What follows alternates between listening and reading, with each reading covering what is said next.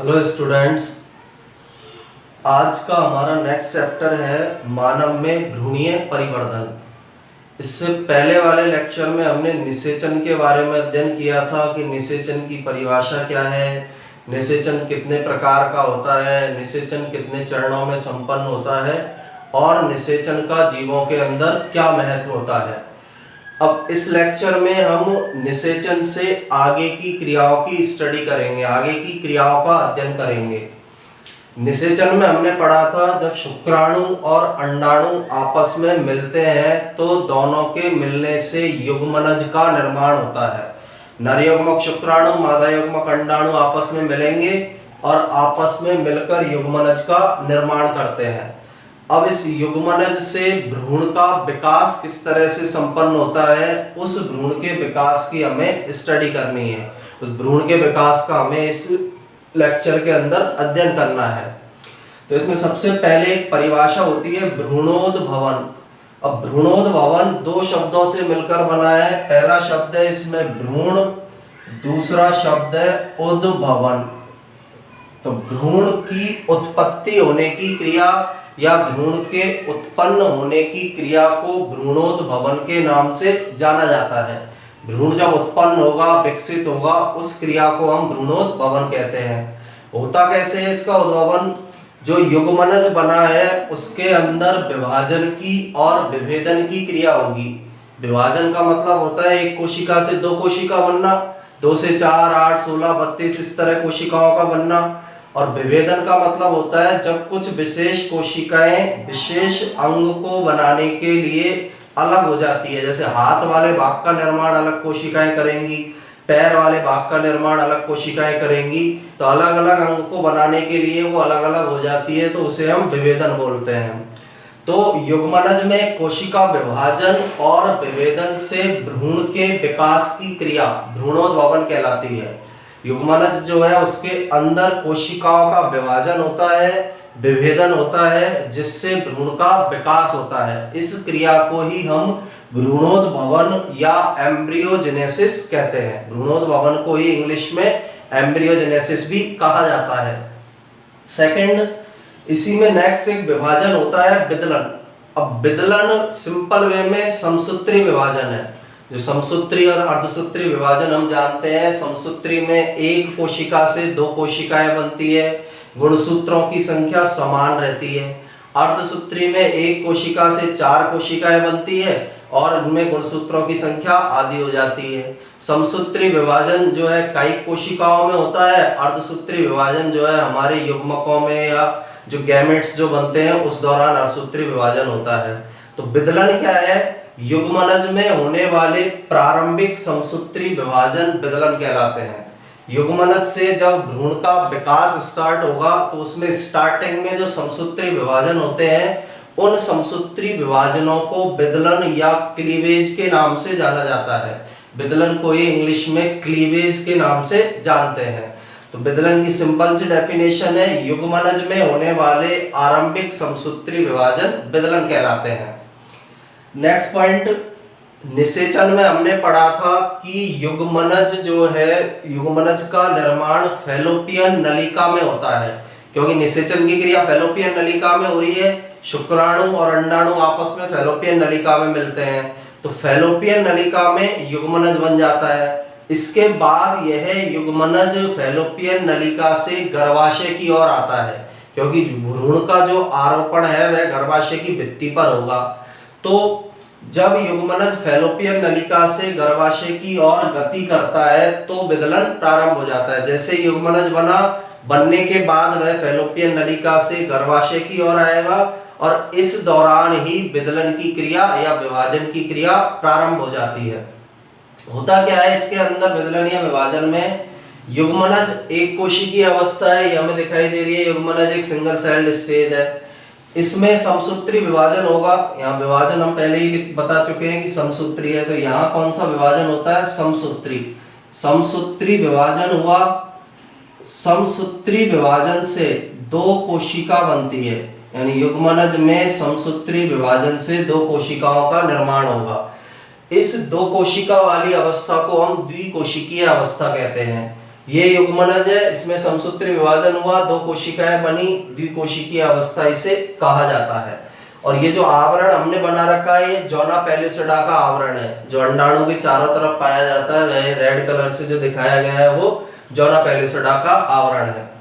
अब युग्मनज में समसूत्री विभाजन से दो कोशिकाएं बनी, इनमें से एक कोशिका थोड़ी आकार में बड़ी होती है, एक कोशिका आकार में छोटी होती है। तो बड़े आकार की जो कोशिका है उस कोशिका में विभाजन होता है, जैसे यहाँ दिखाई दे रहा है ये बड़े आकार की कोशिका है, ये छोटे आकार की कोशिका है। तो इस बड़े आकार की कोशिका में विभाजन होगा जिससे तीन कोशिकाएं प्राप्त होंगी, और तीन कोशिकाओं वाली अवस्था को त्रिकोशिकीय अवस्था के नाम से जाना जाता है। जब तीन कोशिकाएं बन जाएगी युग्मनज में तो उसे हम त्रिकोशिकीय, थ्री सेल्ड स्टेज कहते हैं। इन तीन कोशिकाओं में इसके बाद लगातार विभाजन होते हैं, लगातार इनके अंदर डिवीजन होंगे। तीन कोशिकाओं में 3 से 4 बनेगी, 4 से 8 बनेगी, 8 से 16 बनेगी, 16 से 32 कोशिकाएं बनेंगी। तो इस तरह लगातार इसमें विभाजन होते हैं।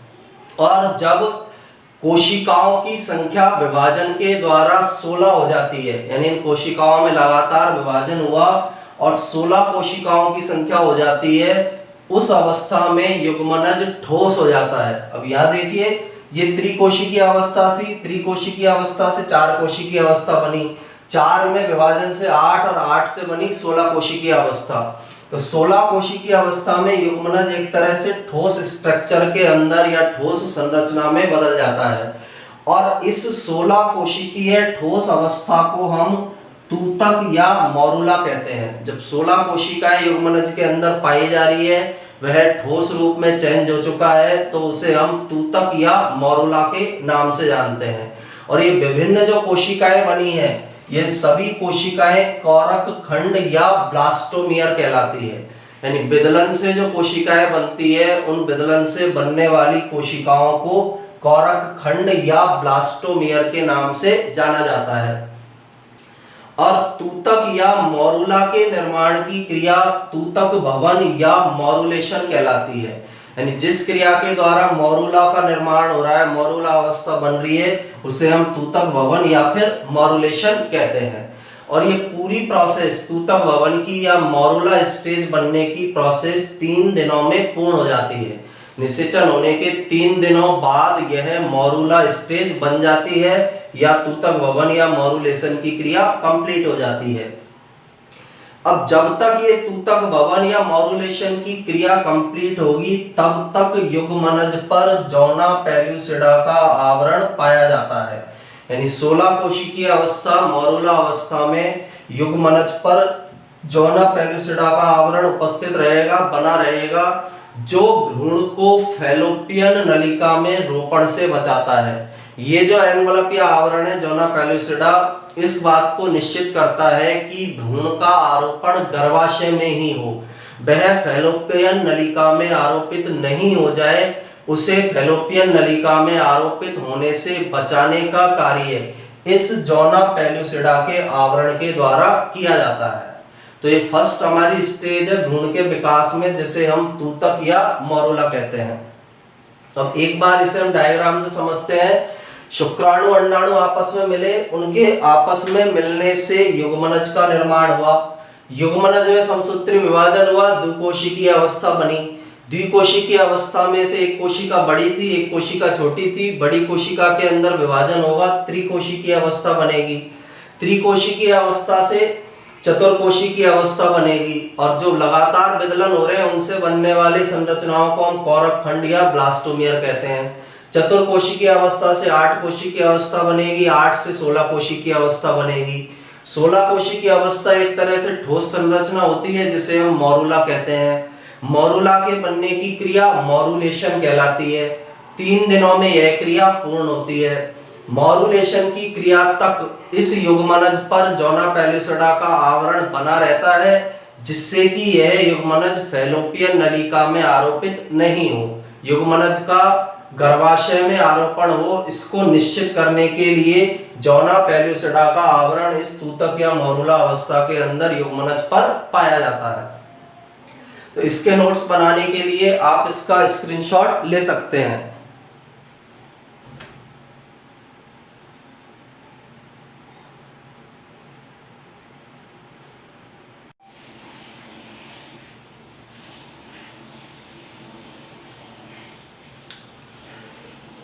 अभी हमने ऊपर पढ़ा था कि मॉरूला का निर्माण होगा, मॉरूलेशन क्रिया या तूतक भवन की क्रिया द्वारा मॉरूला का निर्माण होता है।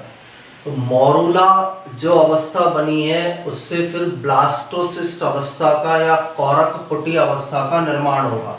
ये जो हमें दिख रही है अवस्था, इसे हम ब्लास्टोसिस्ट या कोरक पुटी अवस्था कहते हैं। तो इस क्रिया को हम कोरक भवन या ब्लास्टुलेशन कहते हैं। तो ब्लास्टुलेशन या कोरक भवन की परिभाषा क्या है? मॉरूला अवस्था से कोरक पुटी या ब्लास्टोसिस्ट के निर्माण की क्रिया ब्लास्टुलेशन या कोरक भवन कहलाती है।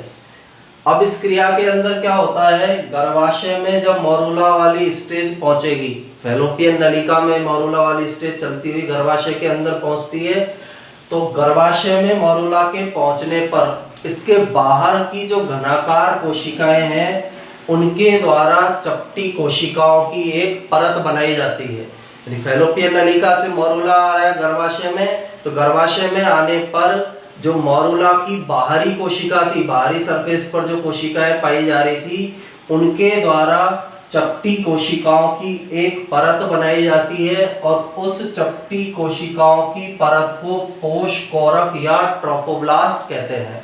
ये जो हमें बाहरी सतह दिखाई दे रही है, इसको हम पोष कोरक या ट्रोफोब्लास्ट इसे कहा जाता है। अब पोष कोरक या ट्रोफोब्लास्ट का कार्य क्या है? यह गर्भाशय से भ्रूण को जोड़ने का कार्य करता है, यानी इस ट्रोफोब्लास्ट या पोष कोरक की सहायता से भ्रूण गर्भाशय से जुड़ता है। गर्भाशय की एपिथेलियम से भ्रूण को ट्रोफोब्लास्ट की सहायता से जोड़ा जाता है। जब भ्रूण गर्भाशय में आ जाएगा, गर्भाशय में आने तक उस पर जोना पेलुसिडा का आवरण उपस्थित था, लेकिन गर्भाशय में आने के बाद ये जोना पेलुसिडा का आवरण नष्ट हो जाता है, क्योंकि अब भ्रूण को गर्भाशय के अंदर रोपित होना है, भ्रूण का रोपण होना है, इसलिए ये जोना पेलुसिडा का आवरण लुप्त हो जाएगा या फिर नष्ट हो जाएगा। इसके बाद मॉरूला में गर्भाशयी तरल का स्त्रवण होता है। ये जो ट्रोफोब्लास्ट बन गई, इसके बाद इस मॉरूला के अंदर गर्भाशय के तरल जाते हैं। इसके अंदर की तरफ गर्भाशय की तरल की एंट्री होगी। इस भाग में अंदर की तरफ गर्भाशय के तरल अंदर की तरफ गति करते हैं, अंदर की तरफ गर्भाशयी तरल का स्त्रवण होता है। अब जब तरल भाग इसके अंदर जाएगा तो ये जो ट्रोफोब्लास्ट बना है यह अंदर उपस्थित कोशिकाओं के समूह से अलग हो जाता है। पहली कंडीशन ये है, ये आंतरिक कोशिका समूह है, ट्रोफोब्लास्ट है। अब इसके अंदर जब तरल गया तो ट्रोफोब्लास्ट जो है आंतरिक कोशिकाओं के समूह से इसके अंदर थोड़ा गैप आ जाता है, ये थोड़ा अलग होगा और जिससे एक गुहा बन जाती है। यानी गर्भाशयी तरल गया अंदर, ट्रोफोब्लास्ट आंतरिक कोशिका समूह से अलग होगा, आंतरिक कोशिका समूह एक सिरे पर चले जाएंगे, एक गुहा का निर्माण होगा जिसे हम कोरक गुहा या ब्लास्टोसील कहते हैं। तो कोरक गुहा या ब्लास्टोसील क्या होती है? मॉरूला जो स्टेज है उसमें ट्रोफोब्लास्ट बन गया, ट्रोफोब्लास्ट बनने के बाद इसके अंदर गर्भाशयी तरल जाता है मॉरूला में, जिससे जो ट्रोफोब्लास्ट है या पोष कोरक है आंतरिक कोशिका समूह से अलग हो जाएगा। आंतरिक कोशिका समूह से गर्भाशयी तरल जाने पर जब ये अलग होगा तो एक गुहा अंदर बन जाती है जिसे हम कोरक गुहा या ब्लास्टोसील कहते हैं। अब ब्लास्टोसील में जैसे जैसे तरल बढ़ता जाएगा, गर्भाशयी तरल जैसे जैसे ब्लास्टोसील के अंदर आता है तो इस गुहा का आकार बढ़ता जाता है। जो गुहा है जैसे जैसे तरल आगे जाता जाएगा वैसे वैसे ट्रोफोब्लास्ट जो आंतरिक कोशिका समूह वो एक सिरे पर स्थित होता जाएगा और इस गुहा का आकार बढ़ता जाता है। और गुहा का आकार बढ़ने पर आंतरिक कोशिका समूह भ्रूण के एक सिरे पर स्थित हो जाता है। ये आंतरिक कोशिका समूह है, भ्रूण के एक सिरे पर यह स्थित हो जाएगा। तरल बढ़ता जा रहा है, ये सिकुड़ती जा रहा है, ट्रोफोब्लास्ट इससे अलग होता जा रहा है, तो आंतरिक कोशिका समूह भ्रूण के एक सिरे पर स्थित हो जाता है और पोषकोरक या ट्रोफोब्लास्ट की कोशिकाएं भी चपटी हो जाती है। इनकी तुलना में पोषकोरक या ट्रोफोब्लास्ट की कोशिकाएं चपटी हो जाएंगी।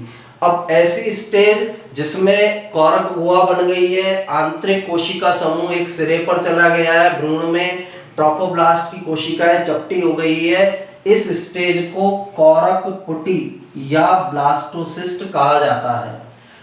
यानी ऐसी अवस्था है यह जिसके अंदर ट्रोफोब्लास्ट की कोशिकाएं चपटी हो जाती है, अंदर कोरक गुहा बन जाती है, आंतरिक कोशिका समूह भ्रूण के एक सिरे पर स्थित हो जाता है। इस स्टेज को हम कोरक पुटी या फिर ब्लास्टोसिस्ट कहते हैं। और मॉरूला से इस कोरक पुटी या ब्लास्टोसिस्ट के निर्माण की क्रिया ही कोरक भवन या ब्लास्टुलेशन कहलाती है। अब इसमें क्या होता है, ये जो स्टेज बनी है हमारी कोरक पुटी या ब्लास्टोसिस्ट, तो जिस सिरे पर आंतरिक कोशिका समूह उपस्थित होगा उसे सक्रिय ध्रुव कहा जाता है और इसके विपरीत वाले ध्रुव को अल्पक्रिय ध्रुव कहा जाता है। यानी कोरक पुटी या ब्लास्टोसिस्ट स्टेज में अवस्था में जिस सिरे पर आंतरिक कोशिकाओं का समूह मिलता है उसे सक्रिय ध्रुव कहते हैं और इस सक्रिय ध्रुव के विपरीत वाले ध्रुव को हम अल्पक्रिय ध्रुव कहते हैं। इसके बाद पोषकोरक या ट्रोफोब्लास्ट कोशिकाओं की सहायता से ये जो ब्लास्टोसिस्ट बना है या कोरक पुटी बना है गर्भाशय की एंडोमेट्रियम से चिपक जाता है। इन ट्रोफोब्लास्ट कोशिकाओं की सहायता से ये ब्लास्टोसिस्ट या कोरक पुटी गर्भाशय की एंडोमेट्रियम स्तर से चिपक जाएगा, जिस क्रिया को हम रोपण या इम्प्लांटेशन कहते हैं। रोपण क्या है, ट्रोफोब्लास्ट कोशिकाओं की सहायता से ब्लास्टोसिस्ट का गर्भाशय की एंडोमेट्रियम से जुड़ना रोपण या इम्प्लांटेशन कहलाता है। ये गर्भाशय की एंडोमेट्रियम से जाकर चिपक जाता है और इस सिरे से जुड़ता है, जो सक्रिय ध्रुव है, जो आंतरिक कोशिका समूह है, उस सिरे से ये गर्भाशय की एंडोमेट्रियम से जाकर जुड़ जाता है। अब मानव के अंदर क्या होता है, ब्लास्टोसिस्ट जब गर्भाशय के एंडोमेट्रियम से चिपका तो धीरे धीरे ये एंडोमेट्रियम पूरे ब्लास्टोसिस्ट को चारों ओर से घेर लेती है। यानी ये जो अपनी स्टेज है, ये जब गर्भाशय में जाकर चिपकेगी तो गर्भाशय में जाकर ये चिपकेगी, एंडोमेट्रियम से अटैच हुई तो एंडोमेट्रियम धीरे धीरे इसको चारों ओर से घेर लेगी। इसलिए मानव के अंदर जो रोपण है उसे अंतराली प्रकार का रोपण पाया जाता है, अंतराली प्रकार का रोपण कहा जाता है। यानी ये स्टेज जब गर्भाशय के अंदर गई तो गर्भाशय के अंदर पहले एंडोमेट्रियम से चिपकी, एंडोमेट्रियम से चिपकने के बाद एंडोमेट्रियम इस अवस्था को पूरी तरह से घेर लेगा, चारों ओर से घेर लेगा। इस प्रकार के रोपण को अंतराली प्रकार का रोपण कहा जाता है। रोपण के बाद जब रोपण हो गया, ये स्टेज गर्भाशय के अंदर एंटर कर गई, गर्भाशय के अंदर ये प्रवेश कर गई, इसके बाद आंतरिक कोशिका समूह से एक्टोडर्म और एंडोडर्म बनते हैं। ये भ्रूणीय स्तर है जिनसे भ्रूण के अंगों का निर्माण होगा। तो इसमें आरोपण के बाद इन आंतरिक कोशिका समूह से एक्टोडर्म का और एंडोडर्म का निर्माण होगा। इसके बाद एक्टोडर्म और एंडोडर्म के बीच में एक और जनन स्तर बनता है जिसे हम मेसोडर्म कहते हैं। एक्टोडर्म एंडोडर्म बन गए, उसके बाद उसके बीच में एक और जनन स्तर का निर्माण होता है जिसे मेसोडर्म के नाम से जाना जाता है। और ब्लास्टोसिस्ट से ये जो तीन जनन स्तर बने हैं, एक्टोडर्म, एंडोडर्म और मेसोडर्म, इनके निर्माण की क्रिया को गैस्ट्रुला भवन या गैस्ट्रुलेशन कहा जाता है। तो गैस्ट्रुलेशन की डेफिनेशन क्या है, ब्लास्टोसिस्ट से तीन जनन स्तरों एक्टोडर्म, एंडोडर्म और मेसोडर्म के निर्माण की क्रिया गैस्ट्रुला भवन या गैस्ट्रुलेशन कहलाती है। तो ये पूरी प्रोसेस जो है, पहले कोरक भवन होगा, कोरक भवन हो गया, ब्लास्टोसिस्ट बन गया, इसका निर्माण कोरक पुटी या ब्लास्टोसिस्ट का निर्माण कोरक भवन है। कोरक भवन के बाद रोपण होगा, रोपण के बाद आंतरिक कोशिकाएं समूह एक्टोडर्म, एंडोडर्म, मेसोडर्म का निर्माण करेगी जिसे हम गैस्ट्रुलेशन या फिर गैस्ट्रुला भवन कहते हैं। अब इसी को हम डायग्राम के थ्रू समझते हैं। हमारे पास ऊपर मॉरूला अवस्था थी, मॉरूला अवस्था में अंदर 16 कोशिकाओं का समूह था। तो इसकी बाहर वाली जो कोशिकाएं हैं वो ट्रोफोब्लास्ट का निर्माण कर लेती है, अंदर वाली कोशिकाएं आंतरिक कोशिका समूह कहलाएगी। अभी यहाँ जॉना पेलुसिडा का आवरण उपस्थित है। अब इस मॉरूला अवस्था को गर्भाशय की एंडोमेट्रियम से चिपकना है, इसलिए ये जॉना पेलुसिडा का आवरण नष्ट हो जाता है। ये आवरण जब नष्ट होगा तो जो हमारे पास मॉरूला स्टेज है उसके अंदर धीरे धीरे गर्भाशय के तरल आना प्रारंभ हो जाते हैं। गर्भाशय के तरल आते हैं, गर्भाशय के तरल आने के कारण ट्रोफोब्लास्ट इन आंतरिक कोशिका समूह से दूर होने लगता है। दूर होने लगेगा तो ट्रोफोब्लास्ट और आंतरिक कोशिका समूह ये ट्रोफोब्लास्ट है, तो अंदर की तरफ एक गुहा बन जाती है, उस गुहा को हम कौरक गुहा या ब्लास्टोसील कहते हैं। कौरक गुहा या ब्लास्टोसील बनने के बाद आंतरिक कोशिका समूह एक ध्रुव पर चला जाता है, उस ध्रुव को हम सक्रिय ध्रुव कहते हैं। भ्रूण के एक सिरे पर स्थित हो जाता है, क्योंकि कौरक गुहा का आकार बड़ा, ट्रोफोब्लास्ट भी बड़ा, ट्रोफोब्लास्ट भी फैल गया, चपटा हो गया, तो आंतरिक कोशिका समूह एक ध्रुव पर जाकर पोजिटेड हो जाता है, स्थित हो जाता है, जिसे हम सक्रिय ध्रुव कहते हैं। सक्रिय ध्रुव के सामने जो ध्रुव मिलेगा उसे अल्पक्रिय ध्रुव कहा जाता है। सक्रिय ध्रुव को एनिमल पोल और अल्पक्रिय ध्रुव को वेजिटल पोल भी कहा जाता है। ये सारी प्रोसेस हो जाएगी तो एक जो संरचना हमें प्राप्त होगी उसे हम कौरक पुटी या ब्लास्टोसिस्ट कहेंगे। ये जो स्ट्रक्चर है पूरी, इसे हम कौरक पुटी या फिर ब्लास्टोसिस्ट कहते हैं। इसके बाद ट्रोफोब्लास्ट की सहायता से ये ब्लास्टोसिस्ट गर्भाशय की एंडोमेट्रियम से चिपकेगी, उसे हम रोपण या इम्प्लांटेशन या आरोपण कहते हैं। मानव के अंदर जब ये रोपण की क्रिया होगी तो एक गर्भाशय की एंडोमेट्रियम से ब्लास्टोसिस्ट चिपका है, उसके बाद एंडोमेट्रियम धीरे धीरे इस ब्लास्टोसिस्ट के चारों ओर से इसको घेर लेती है। तो इस प्रकार का जो रोपण है उसे अंतराली प्रकार का रोपण कहा जाता है। अब रोपण के बाद जो ये आंतरिक कोशिकाएं समूह है ये दो प्रकार के जनन स्तर बनाती है, एक्टोडर्म और एंडोडर्म। एक्टोडर्म एंडोडर्म के बीच में एक और जनन स्तर बनता है जिसे हम मेसोडर्म कहते हैं। ये जनन स्तर आगे भ्रूण के विभिन्न अंगों का निर्माण करेंगे। और ब्लास्टोसिस्ट से या कौरक पुटी से इन तीनों जनन स्तरों एक्टोडर्म, एंडोडर्म, मेसोडर्म के निर्माण की क्रिया गैस्ट्रुला भवन या गैस्ट्रुलेशन कहलाती है। इसके बाद जो तीन जनन स्तर बने हैं उनसे भ्रूण के अलग अलग अंगों का निर्माण होगा, जिन्हें हम जनन स्तरों की भवितव्यता कहते हैं। Fat map of germinal layer उन्हें बोला जाता है, जिसकी हम आगे स्टडी करेंगे। तो इसके भी नोट्स बनाने के लिए आप इसका स्क्रीनशॉट ले सकते हैं।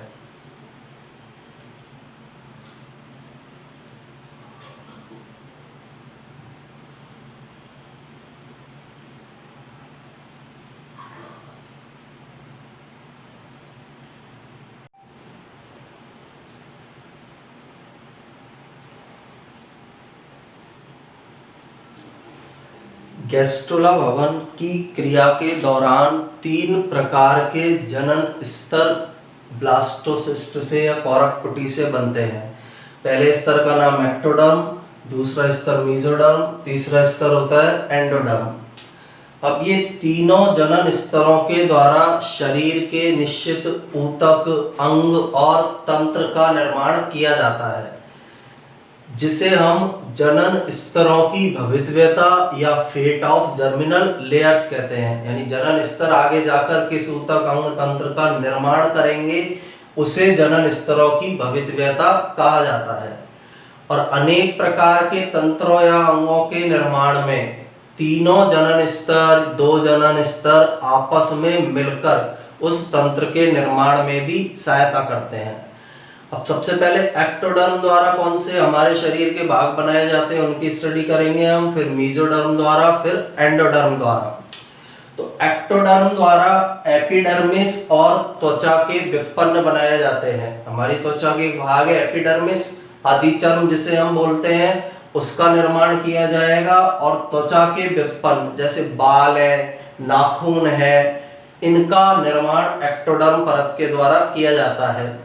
सेकंड, त्वचा के अंदर जो विभिन्न प्रकार की ग्रंथियां पाई जा रही हैं, सेबेसियस ग्लैंड पाई जा रही है, तेल ग्रंथियां, मेमेरी ग्लैंड, स्तन ग्रंथियां पाई जा रही है, जेश ग्रंथियां पाई जा रही है। तो त्वचा के अंदर जितनी भी ग्रंथियां उपस्थित है उन ग्रंथियों का निर्माण भी एक्टोडर्म लेयर के द्वारा किया जाता है।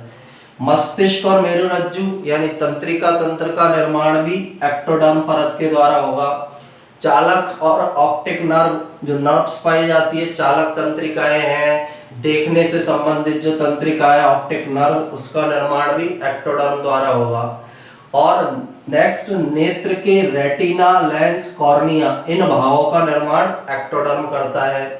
सीलियरी और आइरिस पेशियां, ये नेत्र से संबंधित पेशियां हैं, इन पेशियों का निर्माण भी एक्टोडर्म करेगा।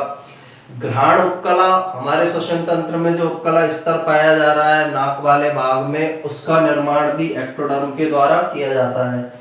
आंतरिक कर्ण, कर्ण के 3 भाग होते हैं, बाह्य कर्ण, मध्य कर्ण, आंतरिक कर्ण। तो आंतरिक कर्ण का निर्माण एक्टोडर्म द्वारा किया जाएगा। लार ग्रंथियां एक्टोडर्म द्वारा बनाई जाएगी। दांतों का जो कठोर भाग है इनेमल, उसे एक्टोडर्म द्वारा बनाया जाता है। पीनियल ग्रंथि को एक्टोडर्म के द्वारा बनाया जाता है। पीयूष ग्रंथि को एक्टोडर्म के द्वारा बनाया जाता है। एड्रिनल ग्रंथि का मेडुला भाग, 2 भाग होते हैं इसमें, एक कॉर्टेक्स एक मेडुला। तो एड्रिनल ग्रंथि के मेडुला भाग का निर्माण एक्टोडर्म करेगा। और हाइपोथैलेमस जो हमारे शरीर में अंतःस्रावी ग्रंथियों का नियंत्रण केंद्र है, यानी अंतःस्रावी ग्रंथियों का नियंत्रण करती है पीयूष ग्रंथि, और पीयूष ग्रंथि का नियंत्रण भी कौन करता है? हाइपोथैलेमस। तो उस हाइपोथैलेमस का निर्माण भी एक्टोडर्म के द्वारा किया जाता है। सेकेंड लेयर मीजोडर्म, मीजोडर्म द्वारा डर्मिस भाग या चर्म भाग बनाया जाता है। उसके अंदर जो भी स्तर पाए जा रहे हैं डर्मिस या चर्म में, उनका निर्माण मीजोडर्म द्वारा किया जाएगा।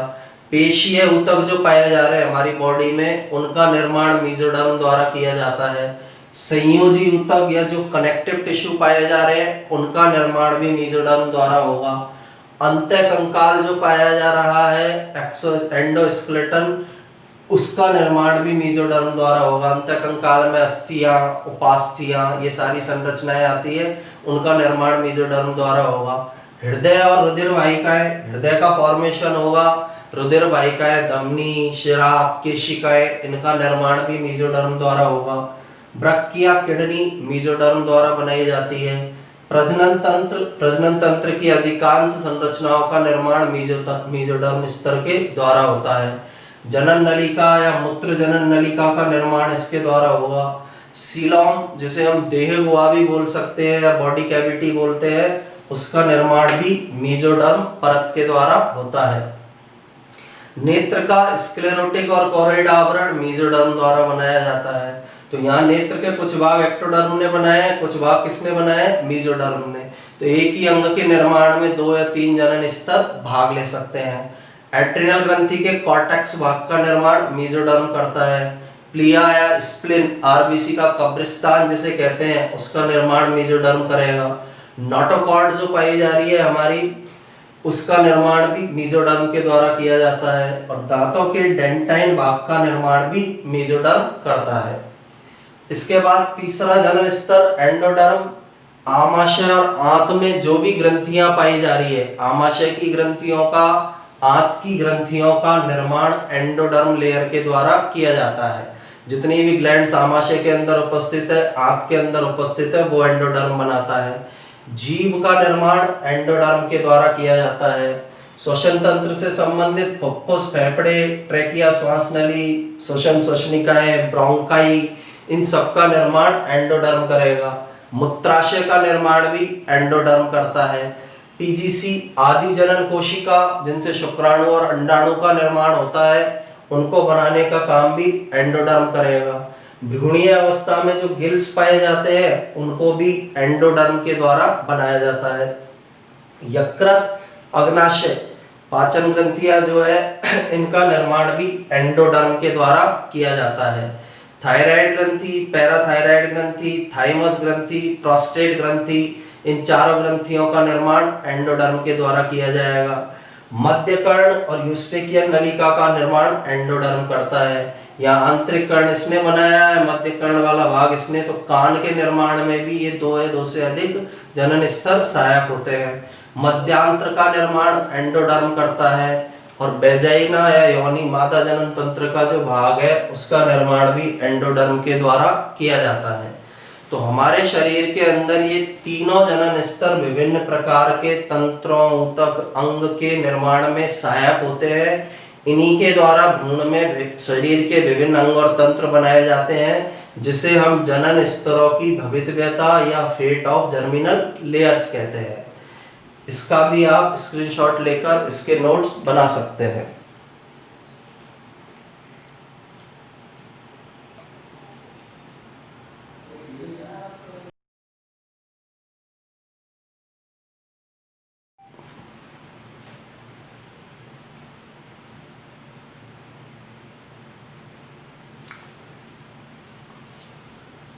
मानव में भ्रूणीय परिवर्तन में हमारा लास्ट टॉपिक है मानव में भ्रूणीय अवस्थाएं।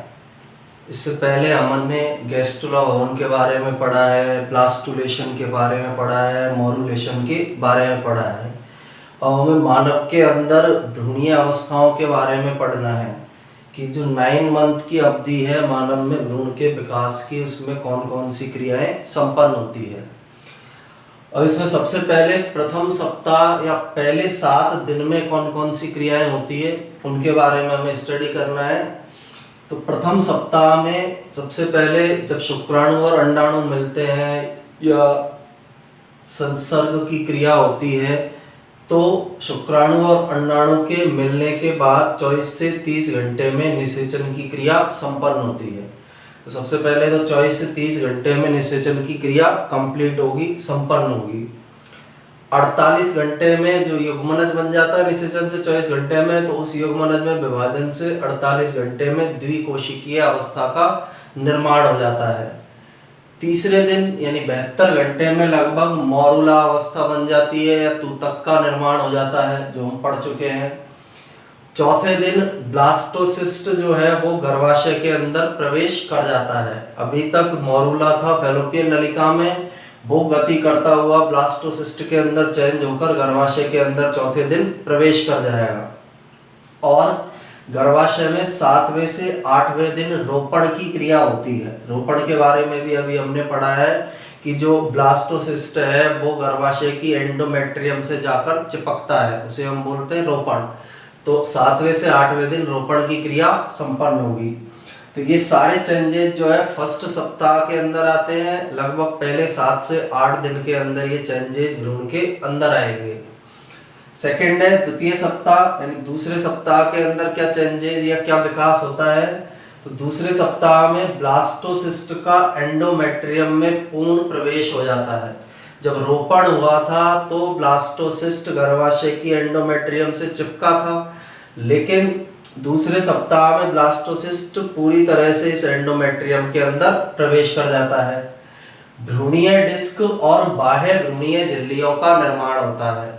अब भ्रूणीय डिस्क एक ऐसी स्ट्रक्चर है जो जनन परतों के निर्माण में सहायक होती है। डिस्क लाइक स्ट्रक्चर होती है, जिसी से आगे जाकर एक्टोडर्म, एंडोडर्म, मेसोडर्म बनेंगे, तो उस भ्रूणीय डिस्क का निर्माण हो जाएगा। बाह्य भ्रूणीय झिल्लियों का निर्माण हो जाएगा, जैसे एमनियोटॉन है, योक सैक है, एमनियोटॉन है, एलेंटॉन है, कोरियन है। इन बाह्य झिल्लियों का निर्माण, बाह्य भ्रूणीय झिल्लियों का निर्माण द्वितीय सप्ताह में हो जाता है। एमनियोटॉन झिल्ली होती है, योक सैक झिल्ली होती है, कोरियन झिल्ली होती है। इन बाह्य भ्रूणीय झिल्लियों का निर्माण दूसरे सप्ताह में संपन्न होता है। फिर 14वें दिन आदि रेखा या प्रिमिटिव स्टॉक का निर्माण होता है। अब आदि रेखा क्या होती है, जो कशेरुकी प्राणी होते हैं उनमें निषेचित अंडे को प्रदर्शित करने वाली रेखा होती है।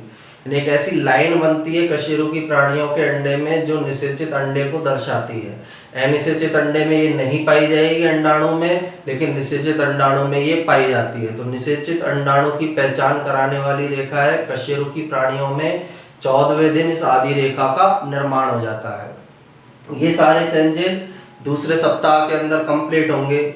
इसके बाद तीसरे से छठे सप्ताह के अंदर भ्रूण के अंदर सबसे पहले 3rd सप्ताह में जनन परतों का निर्माण होता है। जनन परतें हम पढ़ चुके हैं, एक्टोडर्म, एंडोडर्म, मेसोडर्म। तो तीसरे सप्ताह के अंदर इन एक्टोडर्म, एंडोडर्म और मेसोडर्म का निर्माण हो जाता है। 20वें दिन लगभग तंत्रिका भवन होता है, तंत्रिकाओं का निर्माण शुरू हो जाता है, जिसे हम तंत्रिका भवन या न्यूरेलेशन के नाम से जानते हैं।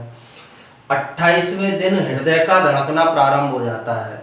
और फर्स्ट बार जो हृदय धड़कता है शिशु का, उस समय उसकी heart beat 113 beat per minute होती है। यानी 1 मिनट में हृदय 113 बार धड़कता है। जब स्टार्टिंग करता है, हृदय की धड़कन स्टार्ट होगी तो वो 1 मिनट में 113 बार धड़कता है। ग्रसनी चाप का निर्माण हो जाता है, जो फेरेंजियल आर्क है उसका फॉर्मेशन हो जाएगा। भ्रूण के चारों ओर एमनियोटिक द्रव की मात्रा बढ़ जाती है। जो एमनियोन झिल्ली है उसमें उपस्थित द्रव एमनियोटिक द्रव है, तो भ्रूण के चारों ओर एमनियोटिक फ्लूइड जो है उसका फॉर्मेशन या उसकी मात्रा में वृद्धि हो जाती है। मस्तिष्क का तीव्र विकास होगा, तेजी से मस्तिष्क के अंदर विकास होने की क्रिया शुरू होती है। फेफड़े और गुर्दे दिखाई देने लगते हैं, जो हमारे फेफड़े हैं, लंग्स हैं, किडनी है, वो भी दिखाई देना स्टार्ट हो जाते हैं तीसरे से छठे सप्ताह के बीच में। फिर छठे से आठवें सप्ताह पहला चेंज आएगा, बाह्य कर्ण वरना प्रारंभ। ये जो पिन्ना भाग हमें दिखाई दे रहा है इसका उभार स्टार्ट हो जाता है। यकृत में आरबीसी का निर्माण प्रारंभ। अब भ्रूण में आरबीसी का निर्माण यकृत में होता है, जबकि वयस्क में आरबीसी का निर्माण बोन मैरो में होता है, दोनों में डिफरेंस है। तो यकृत के अंदर आरबीसी का निर्माण छठे सप्ताह में प्रारंभ हो जाता है। डायफ्राम का निर्माण हो जाता है, श्वसन तंत्र में नीचे जो डायफ्राम वाला भाग पाया जा रहा है तनुपट, उसका फॉर्मेशन हो जाएगा। निप्पल या स्तनाग्र का निर्माण प्रारंभ हो जाता है, नर हो या मादा दोनों में पाए जाते हैं, तो निप्पल का स्तनाग्र का निर्माण प्रारंभ हो जाएगा। सातवें सप्ताह में अस्थियों का निर्माण प्रारंभ हो जाता है, जो बोन्स पाई जा रही है हमारी बॉडी के अंदर उनका निर्माण सातवें सप्ताह के अंदर शुरू होता है। आठवें सप्ताह के अंत तक भ्रूण एक छोटे मनुष्य के समान हो जाता है, यानी उसमें छोटे मनुष्य या मनुष्य का रूप होता है लेकिन छोटा रूप होता है। और आठवें सप्ताह के अंत पर भ्रूण को हम गर्भ या फीटस कहते हैं, यानी जब 8 सप्ताह का हो जाता है कंप्लीट भ्रूण तो उसे गर्भ या फीटस के नाम से जाना जाता है। छोटे मनुष्य के समान ये दिखाई देता है। लगभग अधिकांश संरचनाएं जो मनुष्य में होती है वो इस समय तक 8वें सप्ताह तक विकसित हो जाती है। और 8वें सप्ताह के अंत में भ्रूण का आकार छोटे मनुष्य के समान हो जाता है, जिसे हम गर्भ या फीटस कहते हैं। हृदय का पूर्ण विकास हो जाता है 8वें सप्ताह के अंत तक, और heart beat 167 beat per minute हो जाती है। स्टार्टिंग में 113 थी, अब heart beat 167 beat per minute हो जाती है, यानी एक मिनट में हृदय 167 बार धड़कता है। इसके बाद 8वें सप्ताह के अंत में ही 80% भ्रूण में दायां हाथ और 20% भ्रूण में बायां हाथ क्रियाशील हो जाता है। यानी जो बच्चा है जो उत्पन्न होगा पैदा होने के बाद वो राइट हैंडेड बनेगा या लेफ्ट हैंडेड बनेगा, इसका निर्धारण भ्रूणीय अवस्था में हो जाता है। 80% भ्रूणों में दायां हाथ एक्टिव होगा तो ये बच्चे आगे जाकर राइट हैंडेड बनते हैं। 20% भ्रूण में बायां हाथ क्रियाशील होगा तो ये बच्चे उत्पन्न होने के बाद लेफ्ट हैंडेड बनते हैं। तो 80% भ्रूणों में दायां और 20% भ्रूणों में बायां हाथ 8वें सप्ताह के अंत तक क्रियाशील हो जाता है। आंख की पलकें विकसित हो जाती है, हमारी आंखों पर जो पलकें पाई जा रही है उनका विकास 8वें सप्ताह के अंत तक हो जाता है। फिर 9 से 12वें सप्ताह, अब 9वें सप्ताह में जो भ्रूण है वो अंगूठा चूसना प्रारंभ कर देता है, या हम गर्भ बोलेंगे अब इसे, क्योंकि हमने बोला था 8वें सप्ताह के अंत में क्या होता है गर्भ या फीटस, तो गर्भ अंगूठा चूसना प्रारंभ कर देगा। हाथ पैरों में उसके गति होती है, हल्की वो गति दिखाता है, हाथ पैरों की गति को प्रदर्शित करता है। जो पलकें विकसित हुई थी वो पलकें उसकी क्लोज हो जाती है, बंद हो जाती है। कंठ में बाक रज्जु विकसित हो जाते हैं, जो बोलने की क्रिया में सहायक करते हैं, वो वोकल कॉर्ड का विकास कंठ के अंदर हो जाता है। बाह्य जनन अंग विकसित हो जाते हैं, यानी 9वें सप्ताह में बाह्य जनन अंग विकसित हो जाएंगे, तो इसके आधार पर हम पता लगा सकते हैं कि होने वाली संतान लड़का होगी या लड़की होगी, क्योंकि उसके बाहरी जनन अंगों का विकास 9वें सप्ताह में हो जाता है। 10वें सप्ताह में भार 75% अधिक हो जाता है। जो अभी फीटस का जो वजन था गर्भ का वो 10वें सप्ताह में जाकर 75% अधिक हो जाएगा, यानी लगभग दुगना वजन उसके अंदर हो जाता है। 11वें सप्ताह में उंगलियों के निशान और नाखून विकसित हो जाते हैं। हमारी उंगलियों में जो ये निशान पाए जा रहे हैं, इन निशानों का और नाखूनों का विकास 11वें सप्ताह में होता है। और 12वें सप्ताह में होठ और नाक का विकास हो जाता है। तो ये सारी क्रियाएं 9वें से 12वें सप्ताह के अंदर भ्रूण के अंदर ये परिवर्तन या भ्रूण का विकास 9वें से 12वें सप्ताह के अंदर इस प्रकार से संपन्न होता है। तो इसका भी आप स्क्रीनशॉट लेकर इसके नोट्स बना सकते हैं।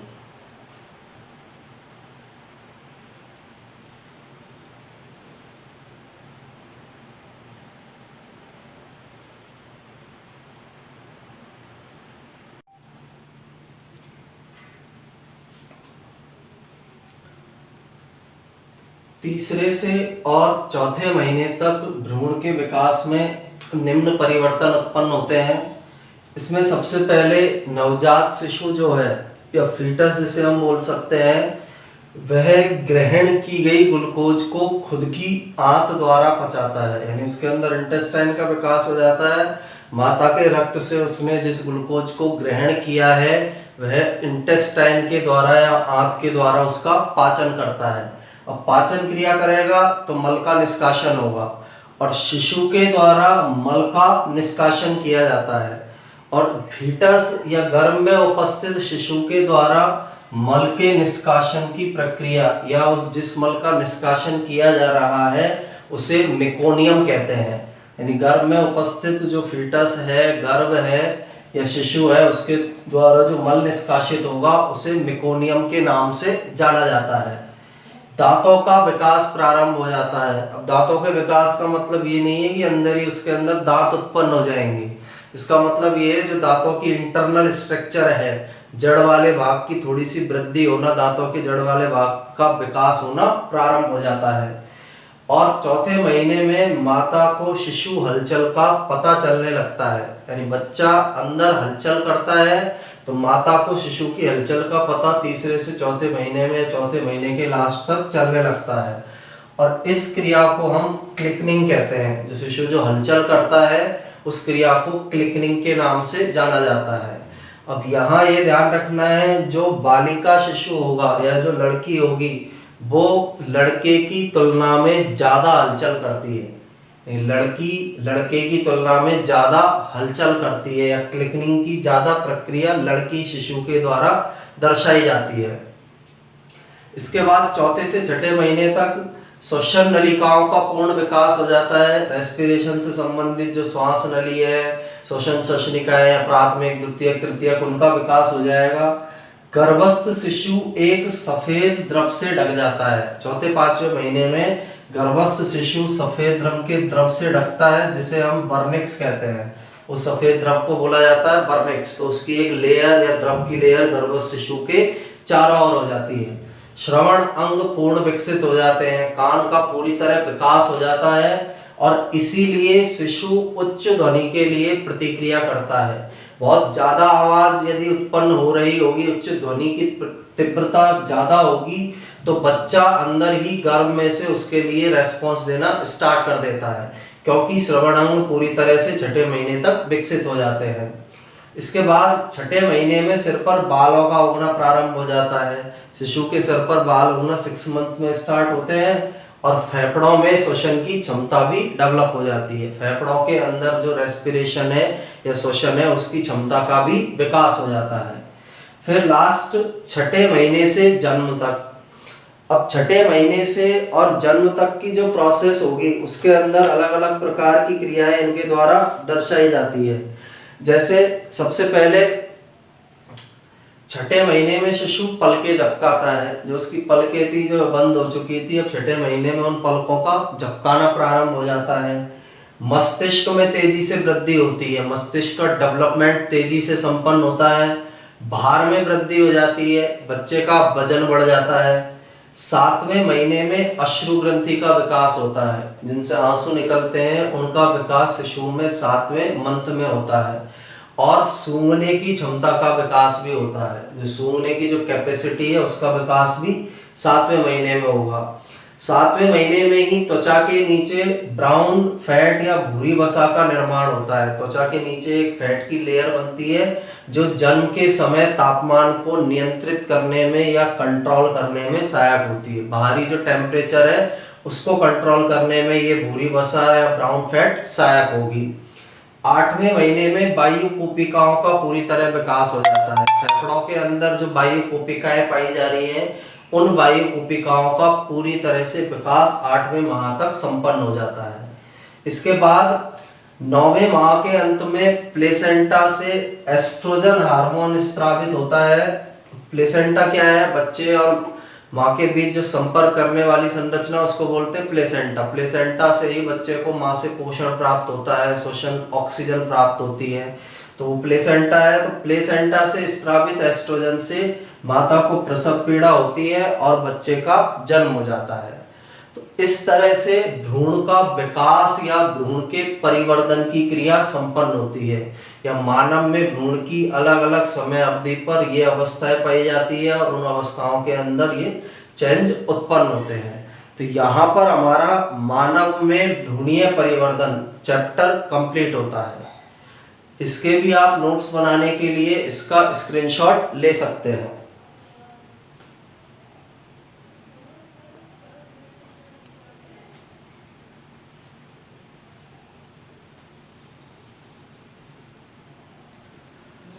अब इसी प्रकार के बायोलॉजी के अन्य लेक्चर्स के लिए आप YouTube channel biology by Rajesh Khandelwal को सब्सक्राइब कीजिए। साइड में एक बेल का बटन होता है, उसको क्लिक कीजिए और नोटिफिकेशन वाला बटन आपको क्लिक करना है, जिससे कि जो भी नया लेक्चर अपलोड हो उसकी इंफॉर्मेशन आपको मिलती रहे। Thank you.